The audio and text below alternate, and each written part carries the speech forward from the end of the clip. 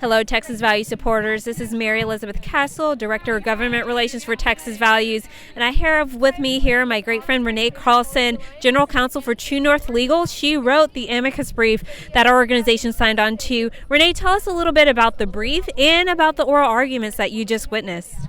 Well, our brief represents Representative Barbara Ehart, the chief author of Idaho's law that was at issue in this case, and 206 female legislators from across the country. We wrote this brief, actually co-counsel with Kansas Family Foundation, and our good friend Brittany Jones was a part of that as well. As far as oral arguments go, well, first of all, they were very long, about 3.5 hours, and also it was a hard thing to be able to get in there, so people were lining up very early.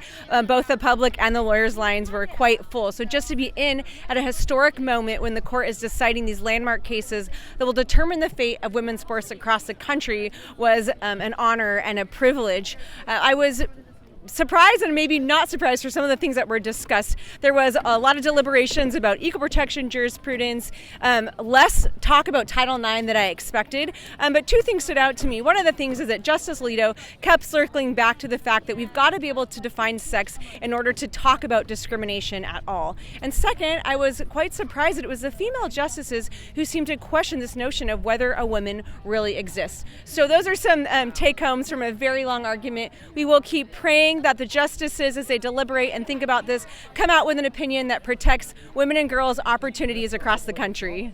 All right, well, we so appreciate all the work that you do for the FPCs, helping us lead the way on these legal arguments at the U.S. Supreme Court. So excited that you were able to be in there and witness that. But that has been a quick update on how we preserve faith, family, and freedom in the state of Texas and the United States.